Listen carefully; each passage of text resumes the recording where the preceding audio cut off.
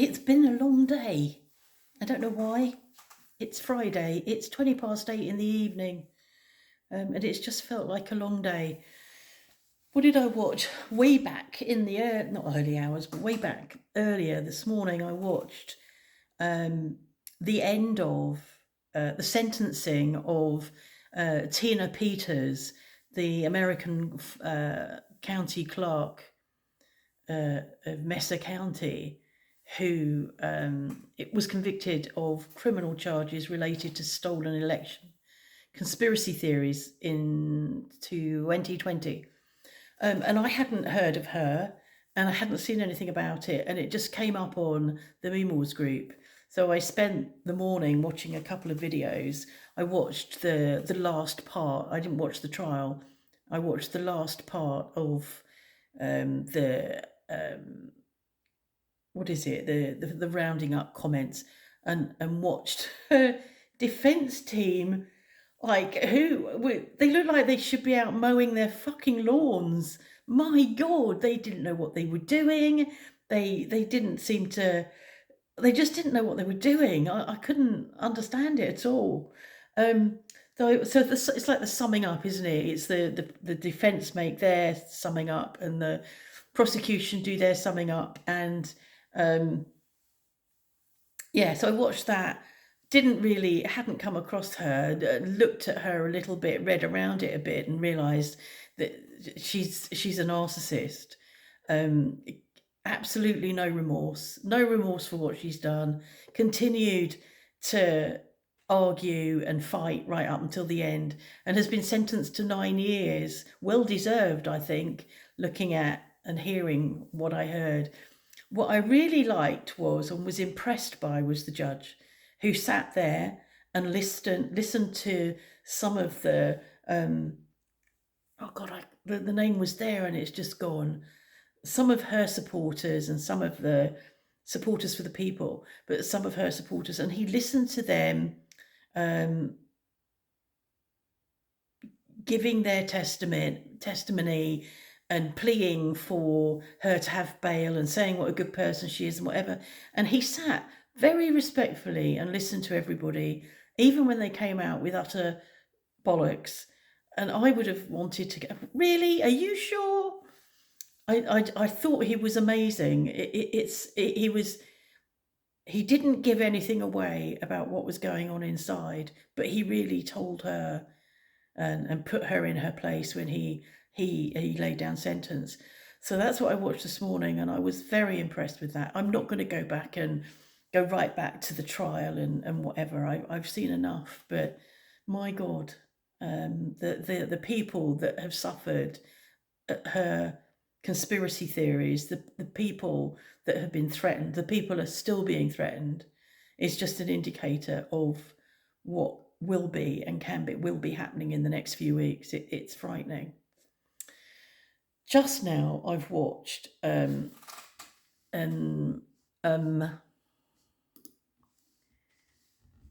just watched Tim Walz, and it's called the vlog is, I'm going to the wrong place.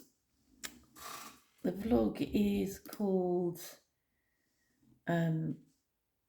We Walk Dogs. It's We Rate Dogs, so the people that make this, they obviously make videos, or the YouTube channel, but it's Tim Walz walking his rescue dog Scout, and it was really lovely. It was really relaxing.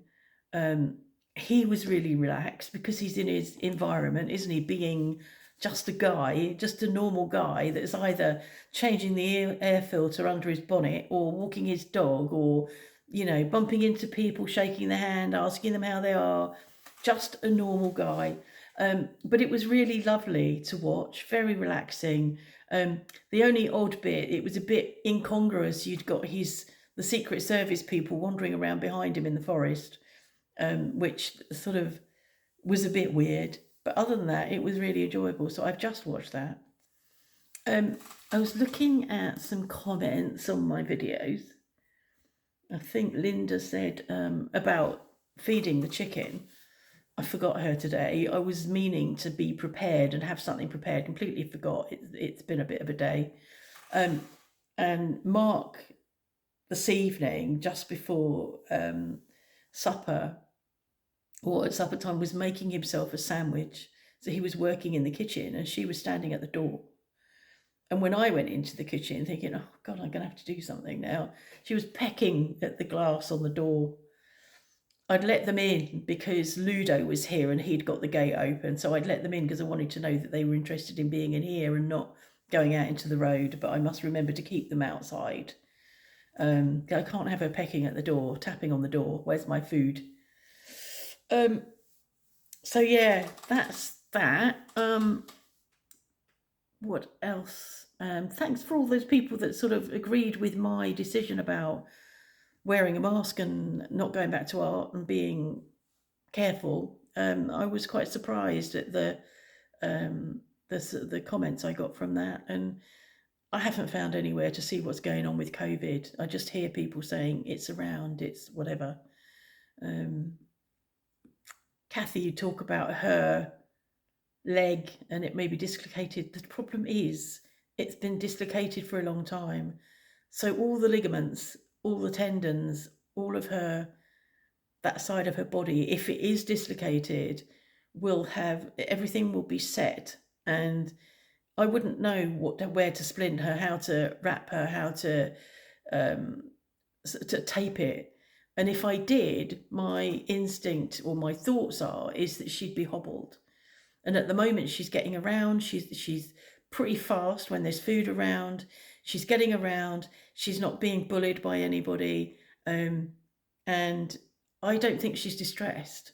I don't think she's in pain. If she were in pain, she'd look depressed. I can't explain how a chicken looks depressed, but she would be, her head would be hanging a bit, her tail's down, but that's because of balance. So I don't think that she's distressed. It's her norm. And if I hobble her to try and wrap it, I wouldn't know where to wrap it. We'd end up with what we ended up with, the chicken who was lame, who subsequently got killed, who just sat and couldn't go anywhere because she couldn't move that leg. And I don't want to do that because she's getting around. She's coming up the garden and going back down again. And I noticed tonight when we went down that she's actually preparing to sleep with one of the other chickens.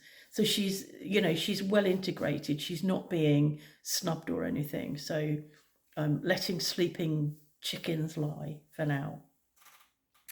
I haven't tried the hairspray, Tina. I noticed I noticed something going back down under the rock where we think rats are coming up, or a rat at least. There's lots of spoil coming up. So Mark's been down and rebaited the traps.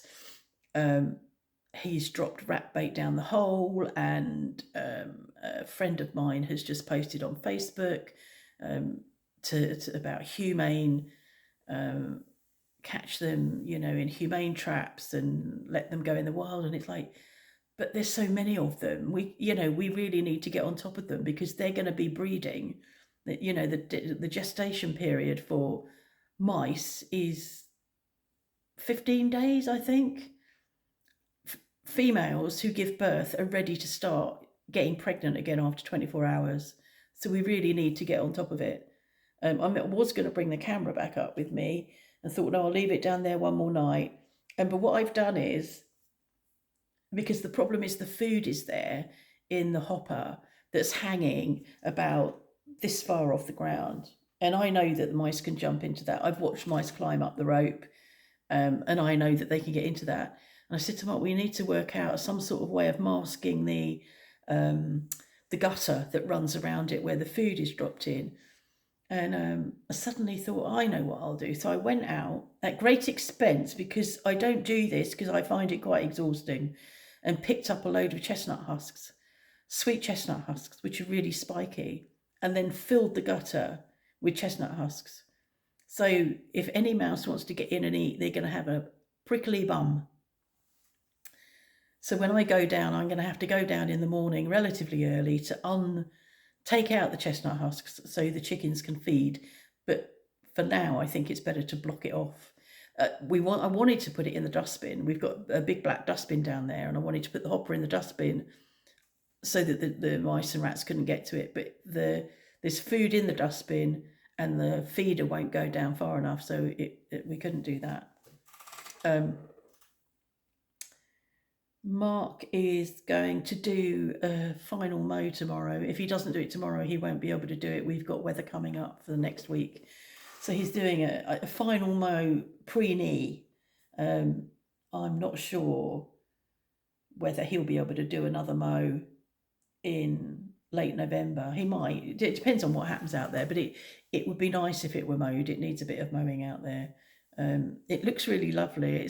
It's so rare that we get to this time of year and go into this time of year with a beautiful green swathe everywhere. Very rare. We've had no drought this year. I think there was a period of a couple of weeks where it started to go brown and crispy, but that didn't last very long. So tomorrow's the last dry day, and then we've got that storm that's coming across the Atlantic. Here they're calling it Hurricane Kirk. I don't know what it's called in the UK. Quite often we don't share the same name, but it's called Hurricane Kirk, and it's a Category 4 hurricane apparently out in the Atlantic. But as it gets across into the Azores, I think it's going to drop to a subtropical storm. But there's going to be quite a lot of wind and rain and storms about next week. So yeah, Ludo was here. Joe's coming to eat here on Sunday, and then that'll be the last person that we have contact with until Mark goes into hospital. And I have to remember, if I do go into shops, to mask up. One final thing. I was reading about food, about UPF, I saw something this morning about children, that a large proportion of toddlers are eating, eating a lot of food that's UPF, and as they get older, they're eating more UPF food. And the problem with UPF food is it's cheap. And that's the problem. So I was just reading about that, and then I got an email newsletter from Wicked Leaks about the staggering global emissions of the top 10 food and drink manufacturers, including Nestle, Unilever, Pepsi, Coca-Cola Company, dwarf the international aviation industry, or are higher than the UK's total carbon footprint. Quelle fucking surprise. None of this is going to change, is it? None of it's going to change. It says ultra-processed foods aren't just damaging our health, they're decimating the environment too. And there's something about feeding our future with chefs in schools. No child should go hungry in school, and no school should settle for food that isn't nourishing. I think that's really important. I think the problem with UPF food, and the problem with the food that the kids sometimes have in their packed lunch or whatever, is not sustaining. And we were talking about that the other day. That weekend away last weekend, I didn't feel sustained. I didn't feel satiated.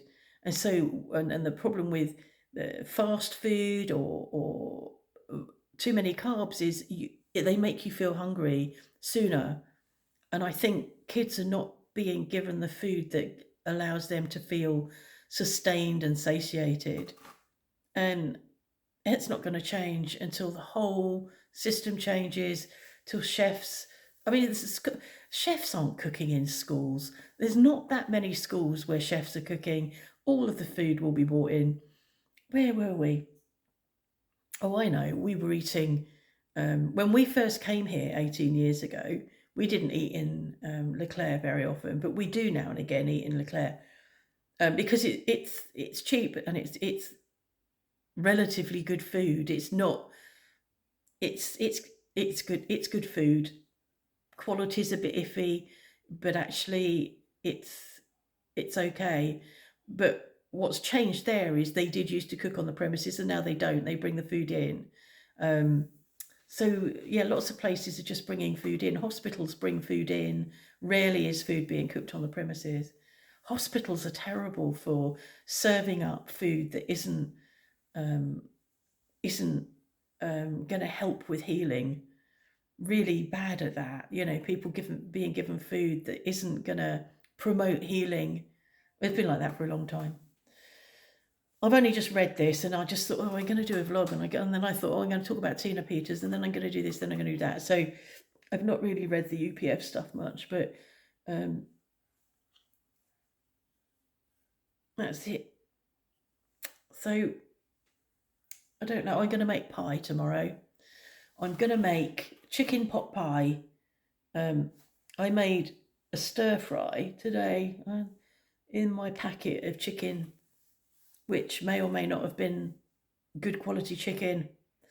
In my packet of chicken, there were 3 breasts, and it was quite a lot of meat. So I did a stir fry with 2 of them today, and I put one to one side, and I've got the remains of that chicken I didn't like, because I'm absolutely positive it had the worst life ever and was very young. You know, it was raised to grow very quickly. The rest of that and whatever else you put in chicken pot pie, and I'll use my sarrasin flour, buckwheat. I don't think I'm not gonna add anything else to it. The last pie I made, when I did that vlog of me making dough, I used millet flour, I think. I got in a bit of a panic about the sarrasin because it said buckwheat, and I worried about that being wheat and gluten, and I looked it up and it wasn't. But by then I'd replaced quite a bit of it with the millet flour. Is that what I said? Yeah, millet flour. And I just didn't enjoy the pastry crust. So tomorrow it's just going to be sarrasin flour with lard and egg. I'm going to enrich it with egg and make pie. So that's what I'm going to do. That's that. It's now 8:50. I think Mark's going to come in. We've finished Line of Duty.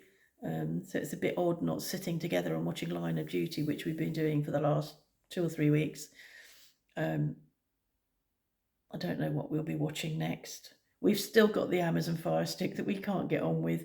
I was going to see if I could sell it, but Mark went, no, I'll see if I can, use it when I'm, stuck and can't go anywhere because of my knee. And I'm thinking, the problem is it'll be me sorting it out, not him.